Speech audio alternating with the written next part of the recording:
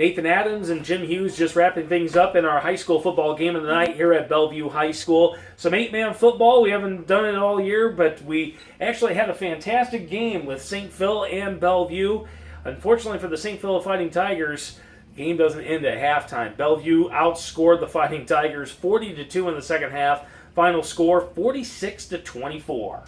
Battle Creek St. Philip jumped out very quickly here at the beginning of this football game, scoring early, and then Bellevue turning around, coming back and scoring.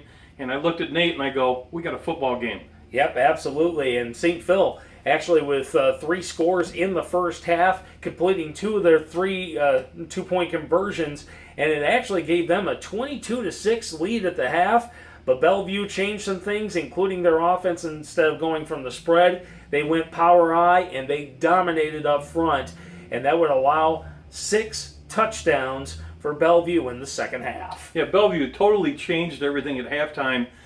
In the first half, there were a lot of penalties. In the second half, there were only 2 penalties in the whole second half.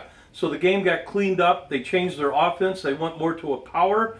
And I'm telling you what, the scoring was just off the chart for Bellevue. And Bellevue would dominate in the stats as well, as they would rack up 511 yards of total offense, most of it on the ground with 456. Carson Betts had 14 carries for 289 yards and 5 touchdowns on the ground. Reese Van Hoos, he had 6 carries for 187 yards and 2 touchdowns. Yeah, we had a nice crowd here tonight. They had a lot to cheer for in the second half for Bellevue.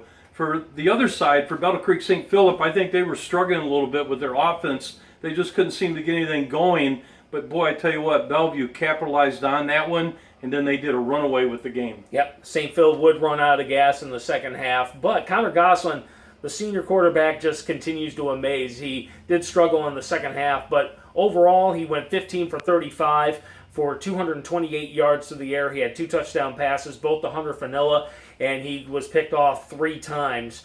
And those were the only 3 turnovers for either side this evening.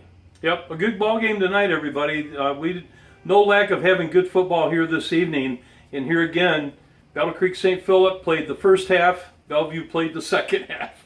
Yep, and of course, that was our game of the night here on 95.3 WBCK. All the scores from tonight, scrolling down below, and of course, a lot of those games wrapped up early because of health reasons with mosquitoes and Tripoli and all that. But a couple of those teams staying undefeated, and so check that out. Yeah, Battle Creek Lakeview being one of those. Yes, they did. So we'll have that score for you down below. But we are back in town next week for week number 5.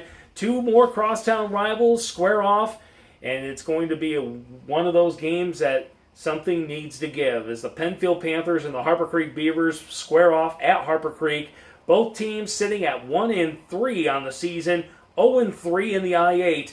2 teams in the basement right now, which is kind of a surprise for both sides. Which is kind of interesting. Now we're talking week 5. I mean, the football season is moving along, and things are starting to develop a little bit, as you said.